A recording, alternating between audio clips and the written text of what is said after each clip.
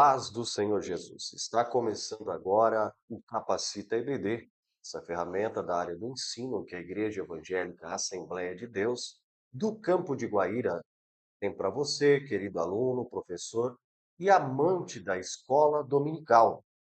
Estamos estudando o terceiro trimestre do ano de 2023, cujo tema é A Igreja de Cristo e o Império do Mal. O subtítulo da nossa revista é Como Viver neste Mundo Dominado pelo Espírito da Babilônia. E hoje estudaremos a lição referente a 16 de julho de 2023, O Perigo do Ensino Progressista. E queremos ler o texto áureo junto com você. Evangelista Denilson, por gentileza, leia o texto áureo. O texto áureo está na segunda carta de Paulo a Timóteo, capítulo 3, versículo 1, que diz assim: Sabe, porém, isto, que nos últimos dias sobrevirão tempos trabalhosos. A verdade prática será lida pelo Giovanni. Os ensinos progressistas buscam desconstruir a fé cristã por dentro e afastar as pessoas do verdadeiro cristianismo bíblico, tornando-as meras militantes de causas sociais. Faremos a leitura da nossa, faremos a leitura bíblica em classe, que está em 2 Timóteo, capítulo 3, os versículos será de número 1 a 9. E o primeiro versículo diz assim: Sabe, porém, isto, que nos últimos dias sobrevirão tempos trabalhosos. Porque haverá homens amantes de si mesmos, avarentos, presunçosos, soberbos, blasfemos, desobedientes a pais e mães, ingratos, profanos, Sem afeto natural, irreconciliáveis, caluniadores, incontinentes, cruéis, sem amor para com os bons. Traidores, obstinados, orgulhosos, mais amigos dos deleites do que amigos de Deus. Tendo aparência de piedade, mas negando a eficácia dela. Destes, afasta-te. porque destes números são os que se introduzem pelas casas e levam cativas mulheres nécias carregadas de pecado, levadas de várias concupiscências, Que aprendem sempre e nunca podem chegar ao conhecimento da verdade. E como Janes e Jambres resistiram a Moisés, assim também estes resistem à verdade, sendo homens corruptos de entendimento e réprobos quanto à fé.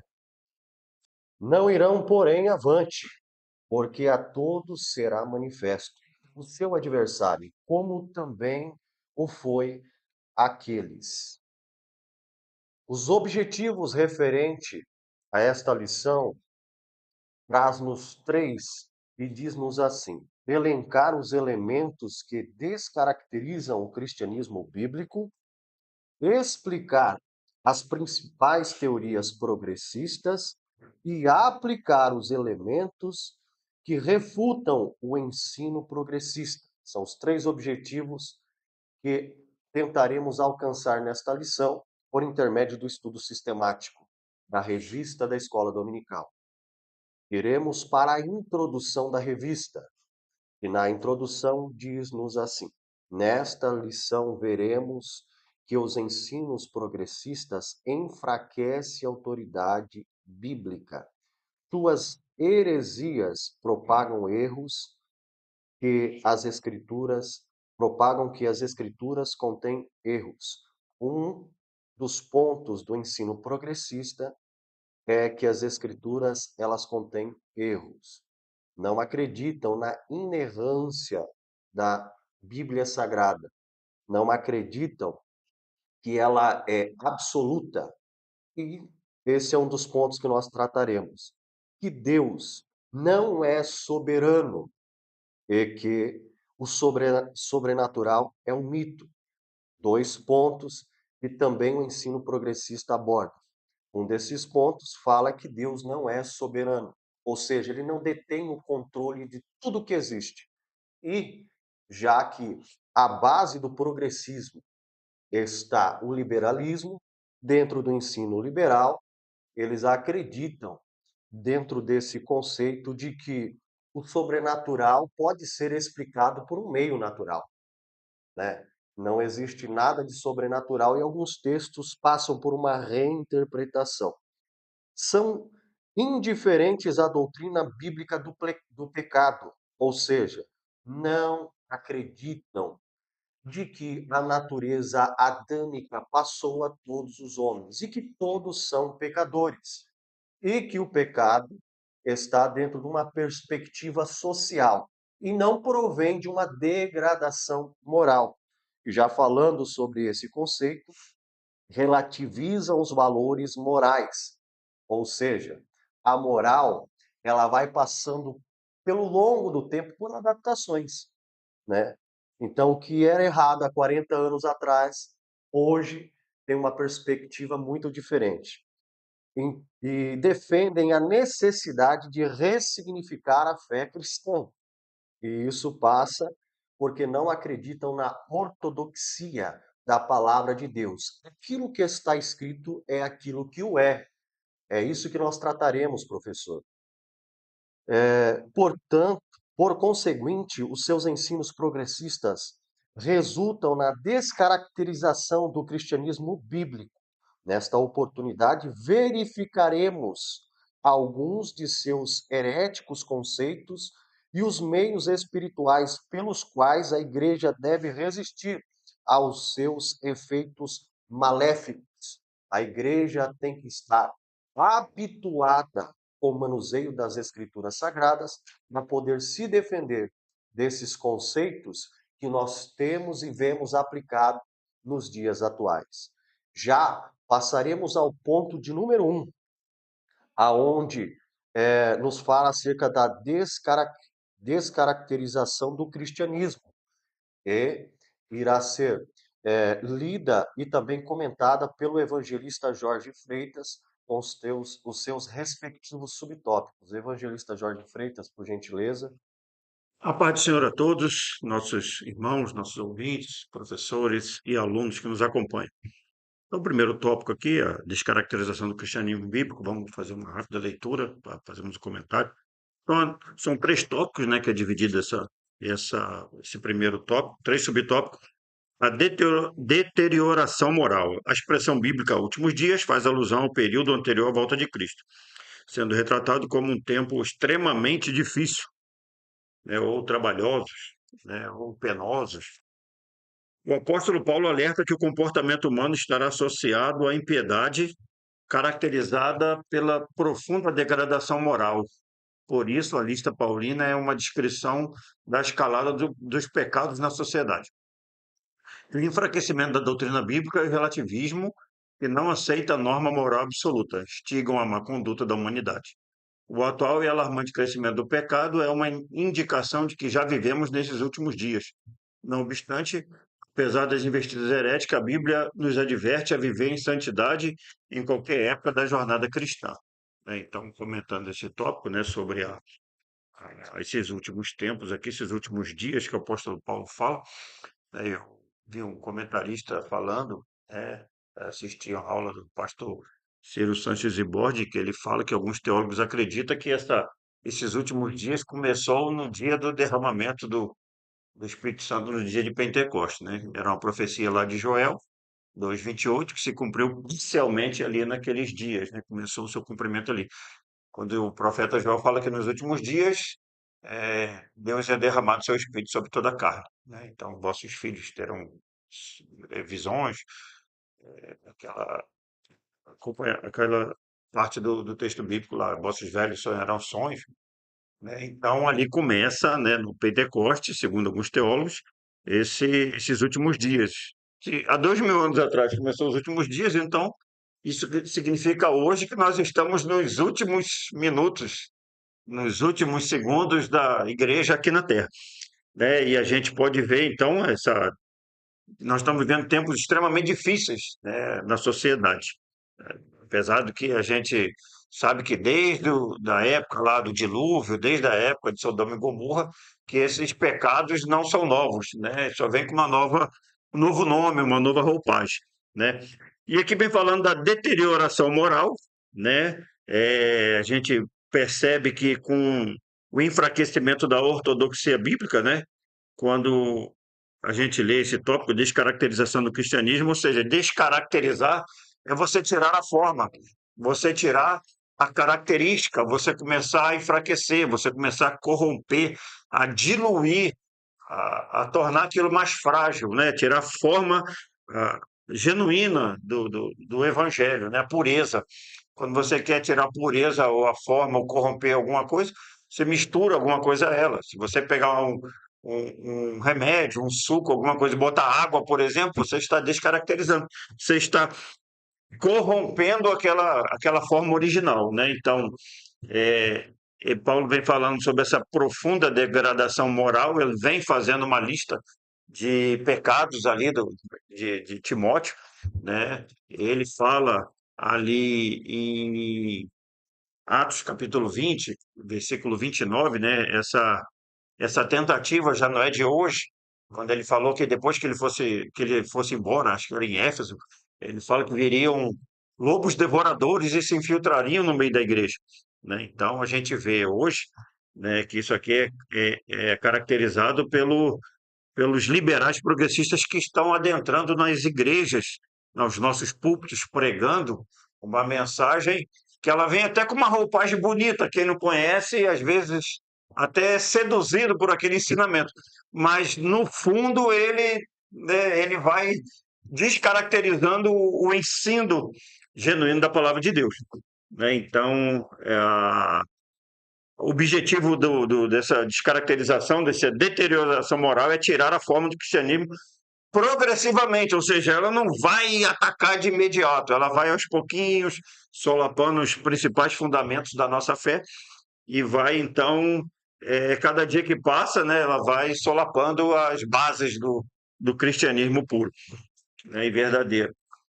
Aqui no segundo tópico, né, a erosão da ortodoxia, o ensino progressista representa um ataque teológico à ortodoxia bíblica, né? A ortodoxia bíblica, essa palavra quer dizer o ensino correto das escrituras. Suas teses reduzem o texto bíblico a um mero registro de experiências religiosas. Desse modo, o fundamento da fé cristã é questionado, isto é, a autoridade bíblica é rejeitada e suas verdades negligenciadas. O conteúdo doutrinário cede espaço para a cultura, o entretenimento e, ao resultado, qualquer custo, né? Esse tópico aqui a gente pode entender como aquela parte das as três doutrinas ali, os três fundamentos da, do racionalismo, desse ensino herético, né, racional, iluminismo, ali que fala sobre o pragmatismo, o utilitarismo e o hedonismo. O pragmatismo fala sobre aquilo que dá certo, não interessa, os fins justificam os meios, né? Se dá certo, vamos fazer, né? Não interessa se é moralmente correto, né? O utilitarismo é aquilo, resolve o problema, então vamos fazer. O hedonismo é a busca do prazer a qualquer custo, né? Não interessa, te faz feliz. É isso que você tem que conseguir, segundo esses ensinamentos. Então, essa cultura do entretenimento é resultado a qualquer custo, né? Se dá certo, esse é o pragmatismo, né?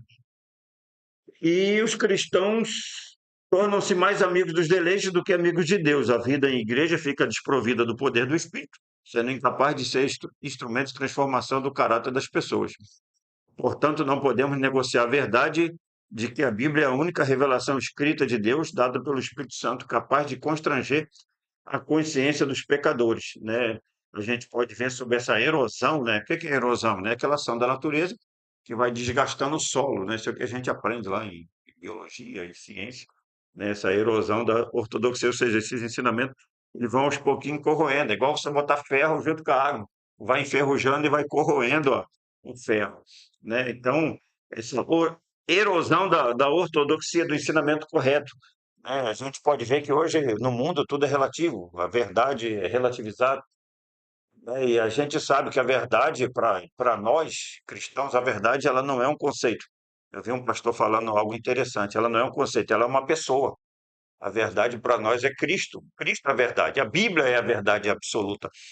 E porque os conceitos são relativizados, o mundo relativiza os conceitos, mas a Bíblia não pode ser relativizada e Cristo, ele é a verdade absoluta, como ele mesmo falou em João 14,6. Eu sou o caminho, eu sou a verdade e eu sou a vida. E a corrupção da fé, com o caráter humano maculado e a corrosão da ortodoxia, promovido pelo progressismo no ensino, o cristianismo e a fé bíblica são descaracterizados. Não por acaso, o apóstolo Paulo acrescenta as práticas dos falsos cristãos, a repulsiva conduta da luxúria e de várias concupiscências. Os hereges cativam as pessoas por meio da sedução e do engano. Claro que são das paixões, eles acreditam que os prazeres do corpo não podem contaminar a alma.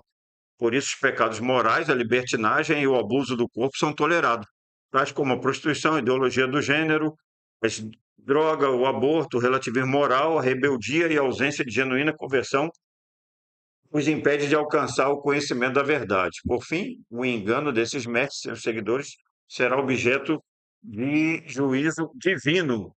Ou seja, essas teorias progressistas, né, elas vão deteriorando a moral e a corrupção da fé só seria possível se houver o enfraquecimento da ortodoxia bíblica, ou seja, quando eles começam a querer atacar a divindade de Cristo, né, quando eles tentam atacar a nossa fé em Cristo porque sabem que Jesus ele é a verdade absoluta, na verdade se materializa, se encarna numa pessoa, né? Então eles vêm e tentam atacar a verdade em Cristo porque eles atacam doutrinas básicas da fé, como o nascimento virginal de Jesus, porque se Jesus não nasceu de uma virgem, ele seria um homem como qualquer outro, né, que pecaria, e isso a gente sabe que não é verdade.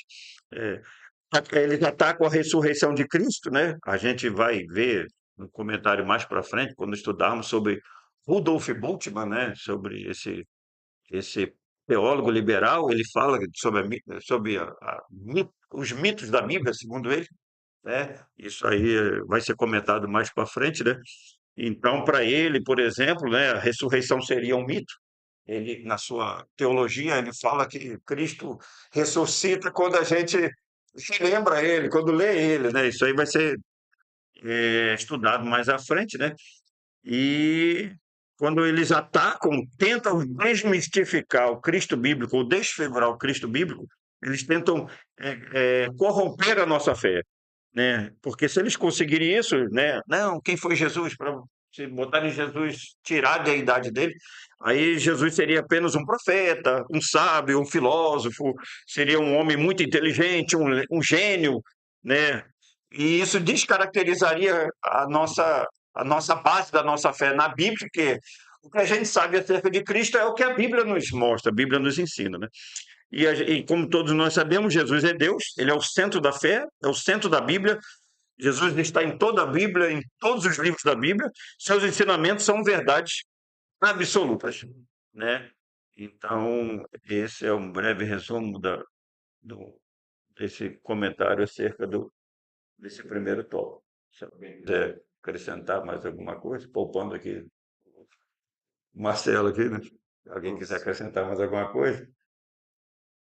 Alguém gostaria de fazer mais algum comentário acerca do primeiro ponto, a descaracterização do cristianismo, os 3 subtópicos, fazer algum acréscimo? Senão nós vamos partir para dar sequência. Alguém se manifestando aqui? O nosso intuito aqui para você, professor, amante, estudioso, tenta ser o mais breve e sucinto possível, trazendo uma visão, um subsídio a mais para você como complemento da leitura que você já fará dessa revista. Alguém que queira fazer algum comentário? Denilson, quer falar alguma coisinha? Eu acho que Senão tá completo? tá bem. Então é dentro dessa perspectiva, né? Interessante a gente olhar em 1 Timóteo capítulo 3, versículo 1, né? Paulo vai advertir acerca desses tempos finais, e aqui no ponto 1 já deixa bem claro, né? Paulo orienta Timóteo, o 1 Timóteo capítulo 3, versículo 1 disse assim: sabe disto, que nos últimos dias sobrevirão tempos terríveis.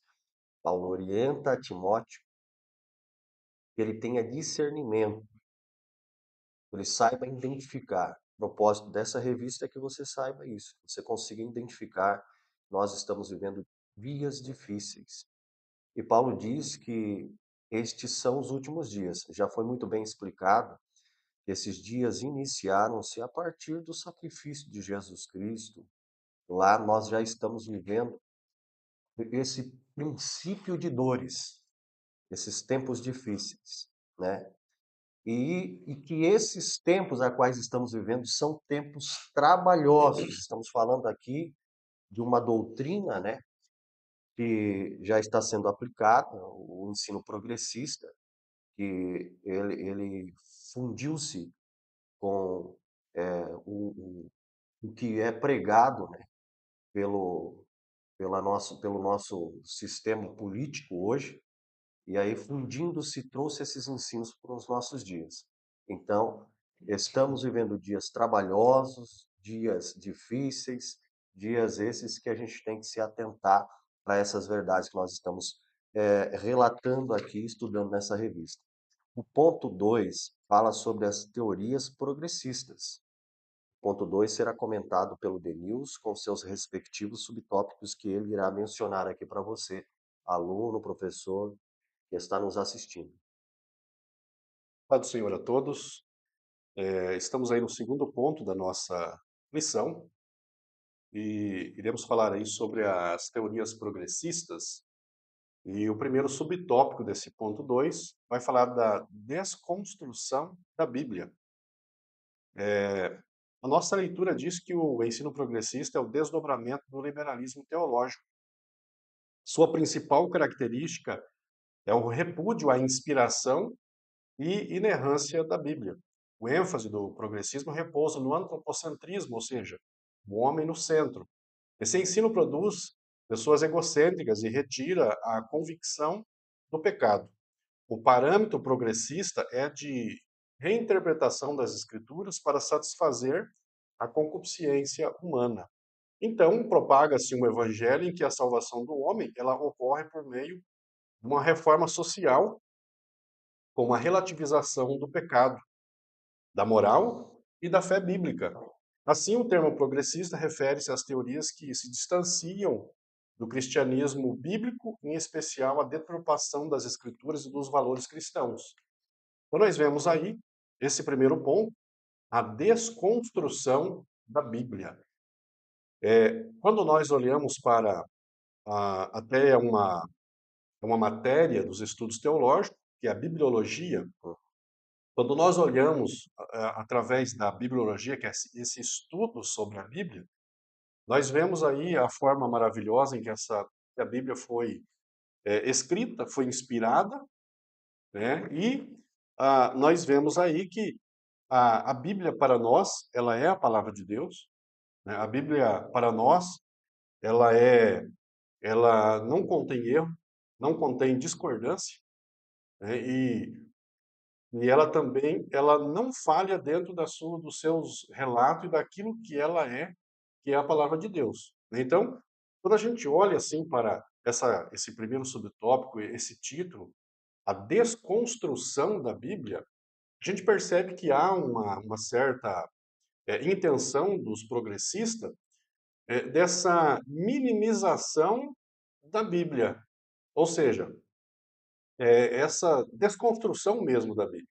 A gente vê ao longo da história que a luta contra a palavra de Deus, ela vinha de forma diferenciada. Nós vemos, né, ao longo dos tempos, a Bíblia sendo queimada, a Bíblia sendo alvo de tentativa de destruição, né? Eu não me fugiu da mente agora um iluminista, e ele dizia assim que a Bíblia, em 100 anos, ela iria desaparecer, né? E é interessante que, depois de 100 anos, que essa pessoa já havia morrido, e, e acaba que uma associação bíblica ela comprou a casa dele e usava a casa dele como um lugar de fabricar, como se diz, uma gráfica, vamos dizer assim, né? Imprimir a Bíblia, né? Então veja que a forma da desconstrução da Bíblia, ela vinha de forma diferenciada.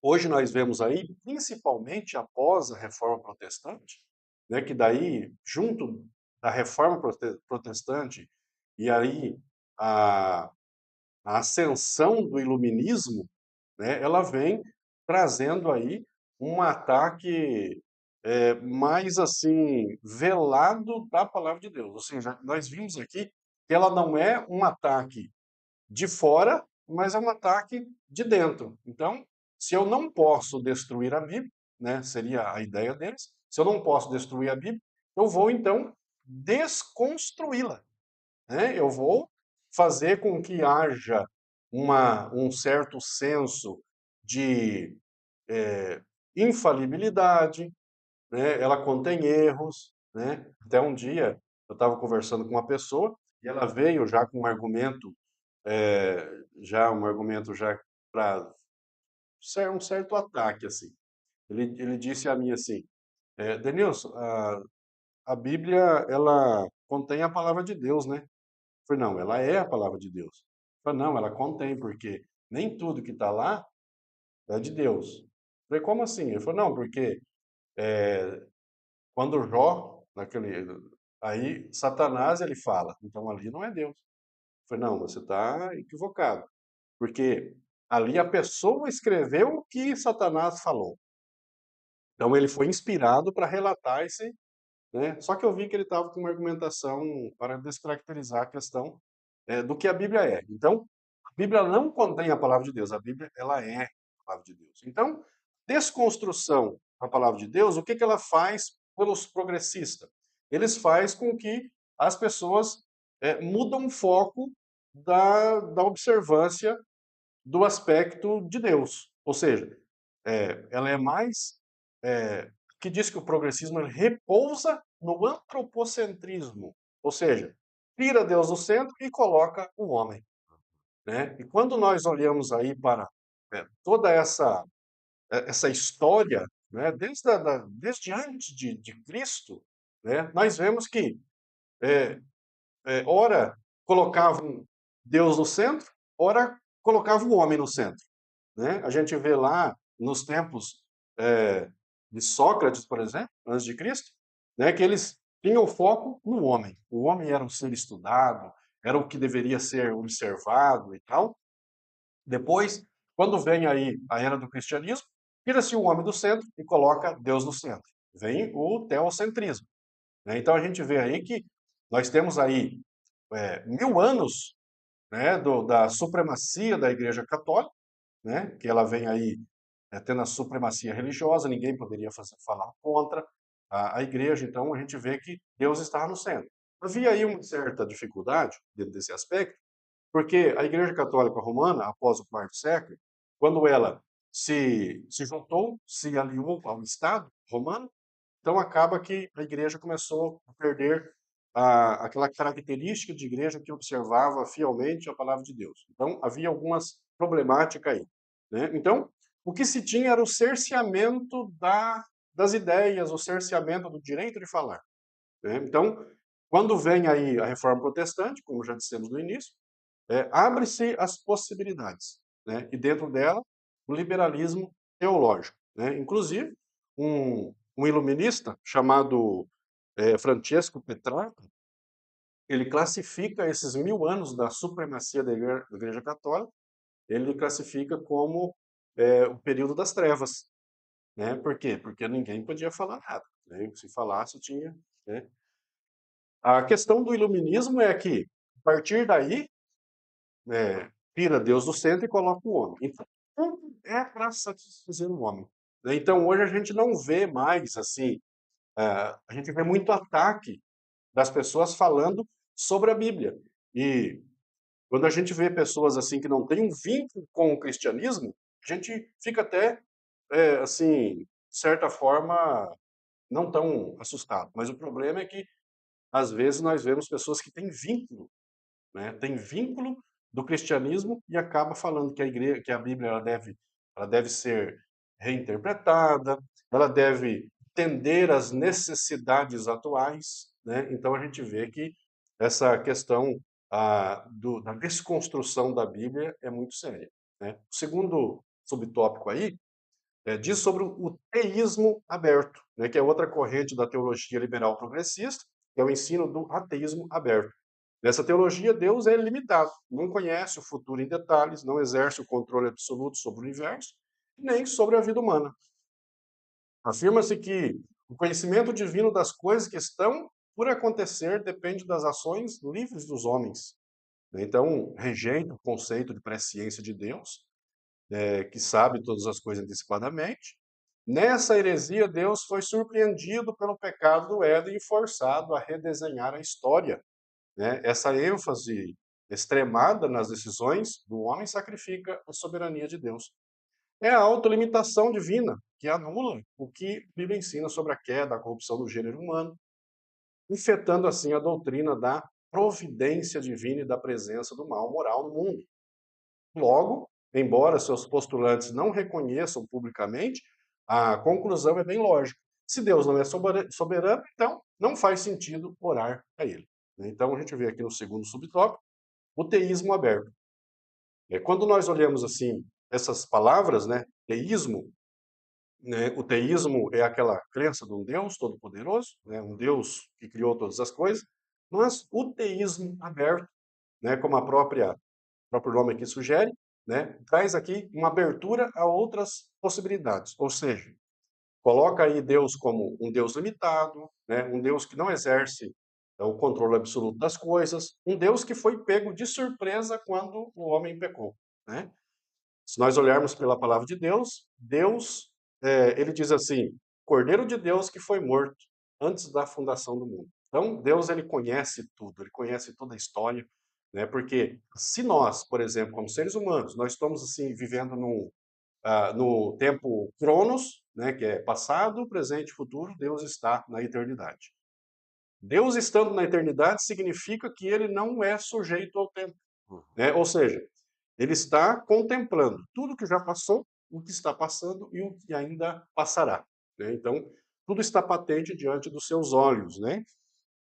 Então, nós vemos aí que essa teologia liberal, esse teísmo aberto, né, assim como outras questões também, nós poderíamos colocar aqui que esse progressista, né, ele vem com esse teísmo aberto, ele vem com a politeísmo, né, que são uma crença em vários deuses, né? Aí vemos também o panteísmo, que é Deus é tudo, Deus é natureza, e pensando assim, até o próprio homem tem um pouco de Deus, então fica Deus assim espalhado por tudo o que é, por todas as coisas. Então a gente vê aí essa essa tentativa da limitação de um Deus todo-poderoso. Então, esse teísmo aberto, muito perigoso, né, é uma heresia, né, esse teísmo aberto, que acaba tirando aí essa ideia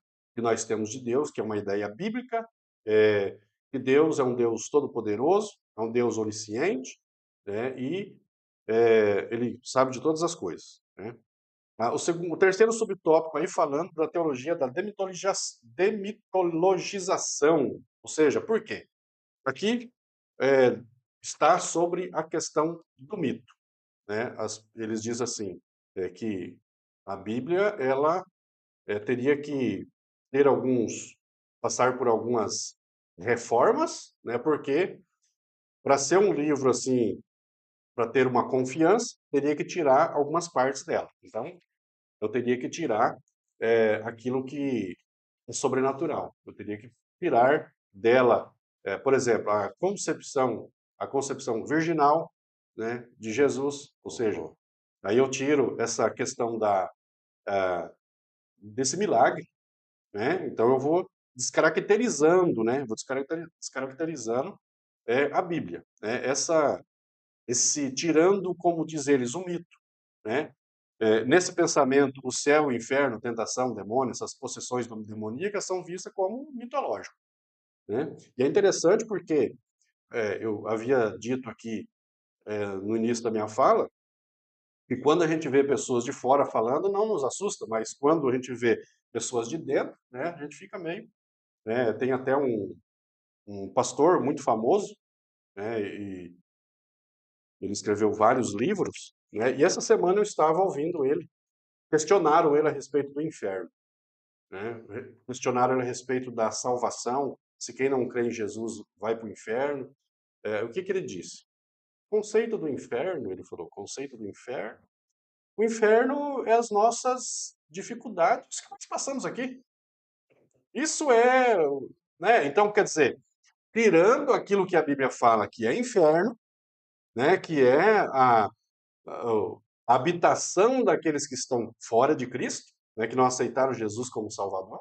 Então, ele minimizou toda essa questão, né?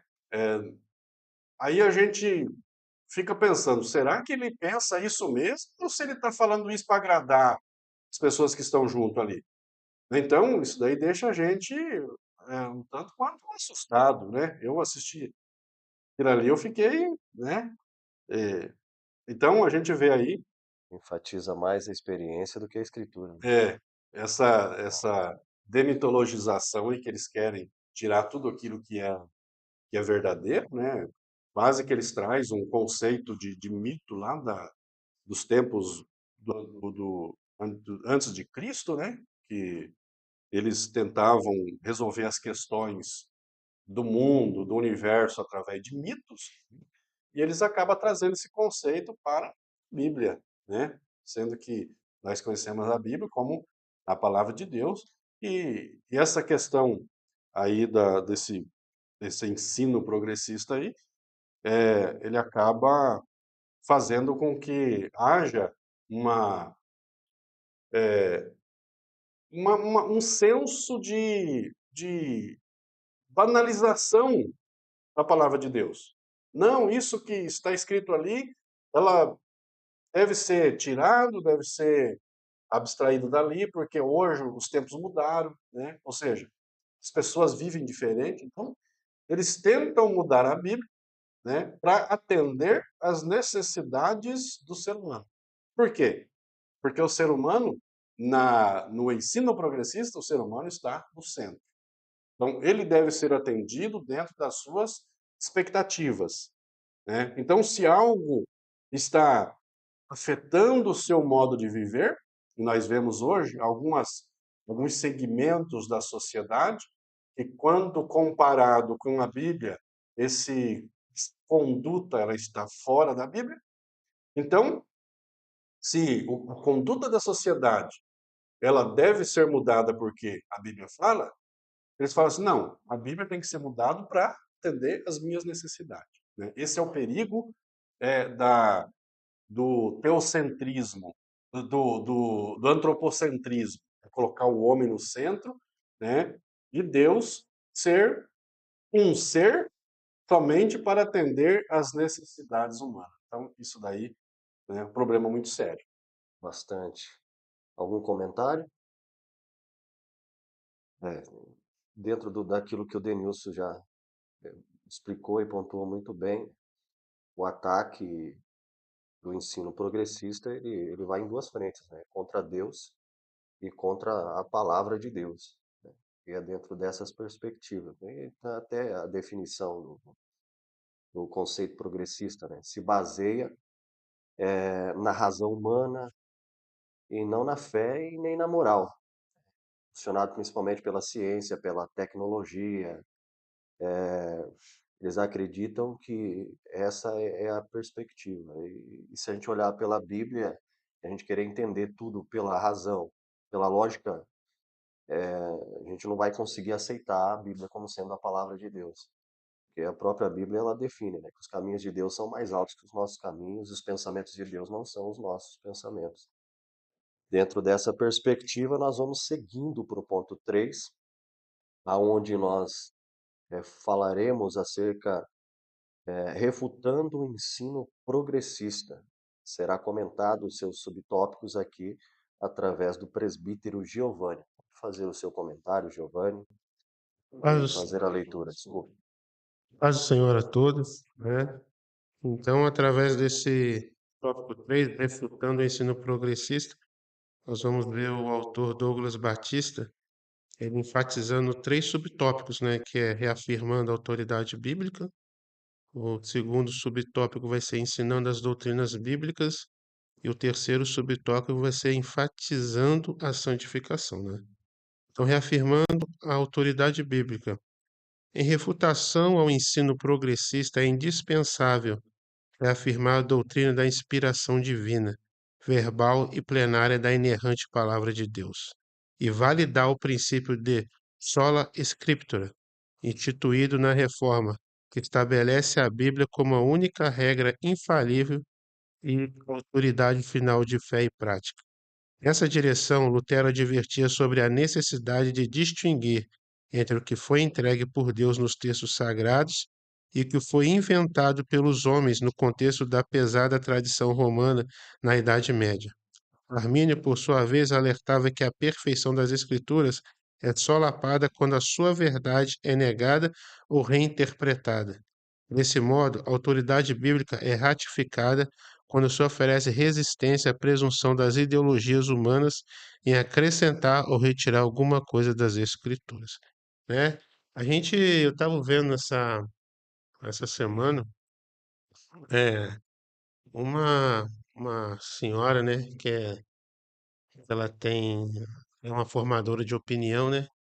E ela estava dizendo, né, sobre que a Bíblia, ela tinha que ser revista, a Bíblia tinha que ser revisada, né?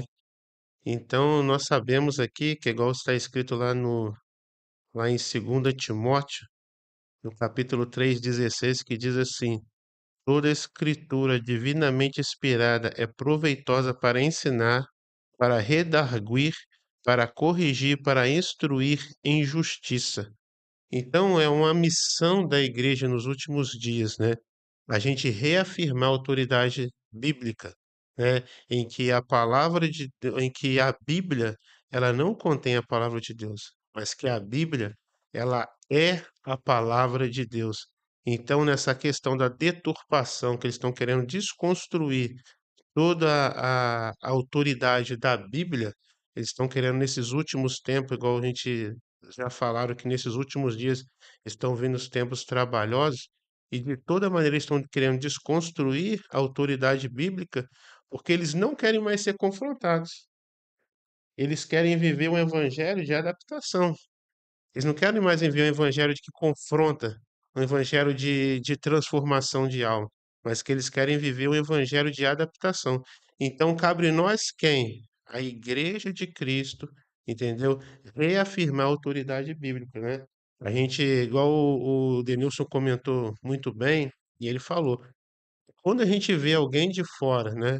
Alguém que não tem conhecimento da Bíblia, né? Como essa senhora, quem eu estava vendo uma entrevista dela, é uma coisa, mas quando você vê alguém de dentro da igreja, alguém que foi ensinado dentro da Bíblia Sagrada, em que exerce uma atividade eclesiástica, aí você fica assustado. Em que ele chega e fala assim: peraí, a Bíblia ela tem que ser o quê? Ela tem que ser revista e revisada. Entendeu? Então hoje cabe o que, igreja? O que cabe a nós? Cabe a nós o quê? A gente sempre reafirmar a autoridade bíblica, a autoridade bíblica, que a Bíblia é uma inspiração divina, que a Bíblia ela é a palavra de Deus, que ela não contém a palavra de Deus. E isso, ele serve para quê? Para combater o quê? Principalmente, entendeu? Principalmente, que é uma das coisas que é a tal da teologia liberal, né? Porque essa questão da teologia liberal, ela vem desconstruindo também a autoridade bíblica. Porque essa teologia liberal, se a gente for ver, aonde ela chegou, ela matou a igreja. A gente vai ver. Nos Estados Unidos, as chamadas Dead Church, né? Aonde que elas chegaram lá, acabou com a igreja, entendeu? Na Europa, entendeu? Onde a teologia liberal chegou, ela acabou com a igreja. Então cabe, que eu falo, cabe à igreja hoje, a cada dia, a gente reafirmar, ensinar os nossos filhos, ensinar na igreja, ensinar na escola bíblica dominical, a todo momento, em tempo e fora de tempo, a autoridade bíblica e a transformação que ela faz para a vida do homem. A teologia liberal é a mãe do ensino progressista, né? Sim, E na Europa, a teologia liberal ela acabou com as igrejas e hoje só tem uma roupagem diferente e nós estamos vendo aqui esse perigo rondando as nossas igrejas nos dias atuais. E aí é enfatizando sempre a questão. Emergentes, modernos. É isso que eu queria até Essa falar também.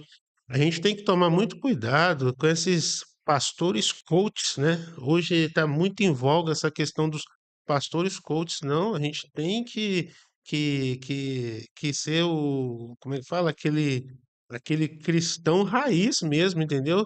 Cristão que lê a palavra, cristão que procura estudar a palavra e não ficar nesses evangelhos, né, de facilidade que hoje estão oferecendo, evangelho maquiado, evangelho maculado, né, que a gente está vivendo esses tempos difíceis que estão falando aqui. Então, nesses tempos vão surgir muitos falsos profetas que vão enganar muitos, entendeu?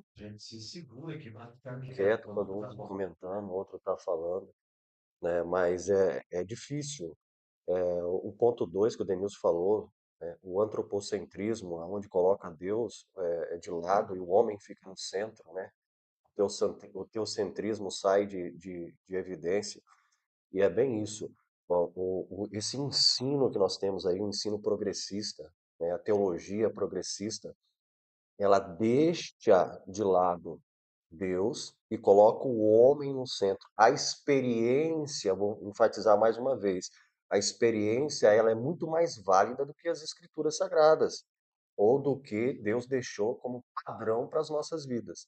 E aí existe toda essa ressignificância de tudo que nós temos acerca das escrituras sagradas. É bem Assim, perigoso. sempre não atrapalhando, Olhando, não atrapalhando, o que eu vejo é que assim, a sociedade ela quer justificar os seus erros tô tentando. e como ela não consegue, olhando para a Bíblia assim, ela não consegue confrontar com a Bíblia, aí esses teólogos liberais fazem os malabarismos teológicos, igual quando alguém quer defender certas práticas, né, certas glutonaria, bebedice, o homossexualismo, o aborto. A Bíblia condena isso tudo veementemente, não dá para fazer. Mas aí faz aqueles malabarismos teológicos, né? Ah, porque no passado. E aí, esse que é o problema, eu querer fazer os malabarismos teológicos para poder justificar os seus erros, dizer que a Bíblia não condena, quando a Bíblia condena claramente. Vamos passar a bola para ele continuar. Mas eu vou definir aqui com a expressão que eu ouvi, né? Hoje, o ensino progressista derivou-se do liberalismo e aplicado, eles usam a Bíblia como um bêbado usa um poste de luz. Em vez de nós usamos para que traga a luz e a gente consiga enxergar o caminho, eles usam para se encostar. E é bem dentro dessa perspectiva. Segue adiante, porque senão a gente não termina aqui e vai ficar longo de novo. A gente tem que tomar muito cuidado reafirmando a autoridade bíblica e pegando um gancho nessa parte da teologia liberal, a gente tem que tomar muito cuidado, principalmente em seminários, entendeu? Aquilo que a gente está absorvendo para as nossas vidas, né? Porque essa teologia liberal ela é apresentada dentro do seminário. A gente vai ver em vários seminários aqui no Brasil que tem essa teologia liberal, né? Aí você acha muito bonito as falas lá de Adolf von Harnack, né? Karl Barth, entendeu? Aqueles teólogos alemão, entendeu? Mas a gente vai ver que com o passar do tempo, entendeu? A teologia liberal, ela destruiu a igreja, né? Parte da igreja, né? Amém? Então vamos passando lá para o segundo subtópico, né? Que é refutando o ensino progressista, né? Ensinando as doutrinas bíblicas. A grande comissão confiada à igreja consiste em fazer e ensinar discípulos. Compreende uma ordenança proclamadora e um mandato educacional. A incumbência é tanto de formação quanto de transformação de indivíduos. É responsabilidade da igreja evangelizar o mundo e ensinar as doutrinas bíblicas. Em vista disso, Paulo exorta a necessária dedicação ao ensino. A atividade é essencial para instruir, expor e corrigir o erro. Essa atuação é primordial na transformação da velha natureza, formação do caráter cristão, resultando no genuíno crescimento de uma igreja espiritualmente saudável e doutrinariamente bíblica. Olha só, aqui a gente vai e enfatizar, né, sobre principalmente sobre a missão da igreja, né, que é ensinar as doutrinas bíblicas, né. Eu acho suma importância, principalmente, nós estamos ensinando, principalmente, crianças. Porque o que que essas doutrinas, né, essas teologia liberal, esse ensino progressista, o que que eles estão fazendo? Eles estão tentando, desconstruir, mas também eles estão tentando desconstruir quem? A cabeça, principalmente da criança, entendeu? Então, por quê? Porque é muito mais fácil, não é? Você, a cabeça da criança ela não está em formação ainda, né? A cabeça do jovem ela não está em formação. Então, o que que eles fazem? Eles colocam, vai jogando esses ensinos progressistas, entendeu? Vai jogando essas doutrinas demoníacas, entendeu? Principalmente numa criança que está em formação, para quê? Para quando ele crescer, a cabeça dele já está o quê? A mente dele já está o quê? Totalmente tomada por essas doutrinas. Então, cabe a quem? A igreja o quê? Desde pequeno, entendeu? A gente ensinar os pequeninos no caminho em que ele deve andar. Eu não sei assim se os irmãos aqui têm essa prática, mas é de suma importância, né? Eu acho que é de suma importância nós fazemos culto domésticos, entendeu? Para quê? Porque para nós, entendeu? Para a gente ensinar os nossos filhos, entendeu? As doutrinas da Bíblia. Porque a gente vê, né, que eu já vi muito acontecer, é, chegar na época da faculdade, né? Na época do que o jovem tem que reafirmar a fé dele, ele se desviar e sair da faculdade, ele virou ateu. Entendeu? Por quê? Porque a mente dele foi totalmente desconstruída, entendeu? Por essas doutrinas maléficas aqui. É isso aí. Vamos para a conclusão Conclusão agora, agora, então. então. Mais um tópico? Ah, tá, então. Pensei que você estava. Não, era só se você dar oportunidade para que se alguém quisesse comentar. Não, não, vamos partir para o ponto 3 aqui, subtópico 3. Partindo para o subtópico 3, né? Em refutando o ensino progressista, como é que é a terceira maneira da gente refutar esse ensino progressista? Enfatizando a santificação. O fortalecimento da autoridade bíblica e o aprendizado das doutrinas cristãs precisam estar atrelados a uma vida de santidade. O verbo santificar vem do grego hagaizo, que significa separar, purificar, consagrar. O adjetivo santo é a tradução do vocábulo hagios. Desse modo, a santificação é a operação do Espírito Santo em manter o crente separado do pecado e consagrado a Deus. É a continuação da obra iniciada na regeneração, quando o salvo recebe novidade de vida, e se estende até o dia da glorificação do crente. A ênfase está na obediência à palavra de Deus, no abandono das concupiscências e numa vida de retidão moral em toda maneira de viver. Então a gente vai nessa uma das maneiras da gente refutar o ensino progressista é enfatizar a santificação do indivíduo. A gente vai ver, a gente viu lá no tópico, no tópico não, a gente viu na lição 2 da revista, né, que era a deturpação da doutrina do pecado, né? Então a gente vai ver que esses ensinos nesses que eles estão querendo ensinar, principalmente a igreja, né? Que o pecado é uma coisa relativa, relativizado o pecado, entendeu? Hoje a gente está vivendo, né, principalmente diante de uma sociedade, uma crise moral e ética em que aquilo que era certo passou a ser errado e aquilo que era errado passou a ser certo. Mas só que eu falo, isso é uma das missões que nós temos, a missão da Igreja de Cristo, é enfatizar a santificação, seguir a paz com todos e a santificação, sem a qual ninguém verá o Senhor. Então a igreja precisa se santificar para nós vermos o reino de Deus. Alguém gostaria de fazer algum comentário? Nós vamos para a conclusão. Dentro do aspecto da conclusão, o que nós podemos afirmar é o seguinte, já fazendo as considerações finais. A Bíblia é a palavra de Deus.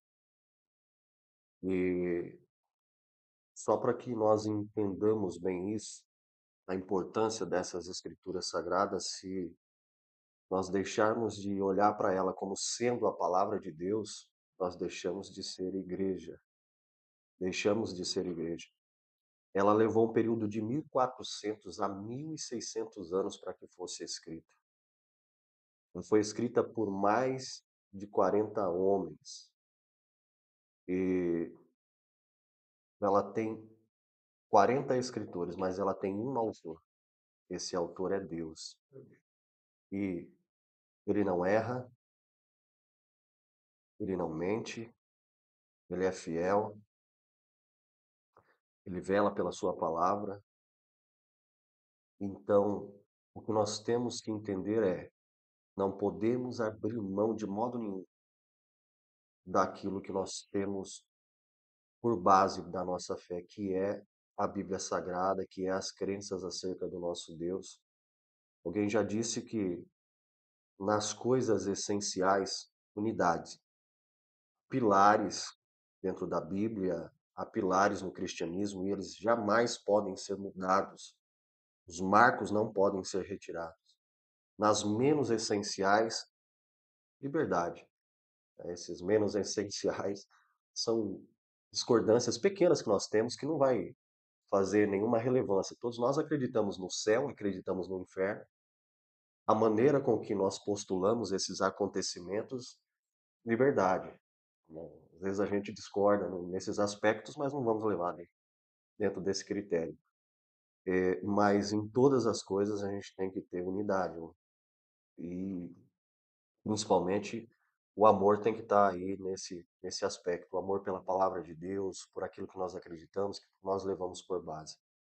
Então é dentro desse aspecto que nós estamos aqui. Para a gente levar com seriedade a palavra de Deus e entender que existem marcos que não podem ser negociados. Meus queridos, nós agradecemos por estar conosco, por permanecer até agora e estaremos aqui querendo Deus para a lição de número 4. Amém? Até mais.